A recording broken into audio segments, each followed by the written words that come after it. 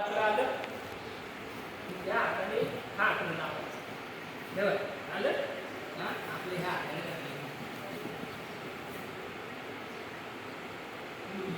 चालायचं बसून छातीकडे चालायचं हळूहळू